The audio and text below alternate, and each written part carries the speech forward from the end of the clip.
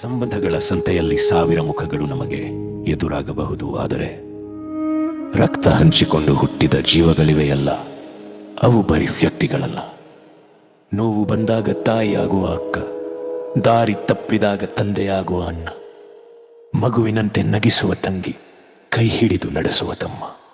ಈ ಅನುಬಂಧಕ್ಕೆ ಸಾವಿಲ್ಲ, ಈ ಪ್ರೀತಿಯ ಹಂಗಿಗೆ ಕೊನೆಯಿಲ್ಲ. ಅವರ ಸಾಂಗತ್ಯವೇ ನಮಗೆ ಶಕ್ತಿ, ಅವರ ಅಕ್ಕರೆಯೇ ನಮಗೆ ಶ್ರೀರಕ್ಷೆ. ಅಂತಹ ಕರುಳ ಕುಡಿಗಳ ಸವಿನೆನಪಿಗಾಗಿ ಈ ಭಾವಲಹರಿ. ಅಕ್ಕನ ಪ್ರೀತಿಯು ತಾಯ ಮಮತೆಯಲ್ಲಿ ಹರಿವ ನದಿ,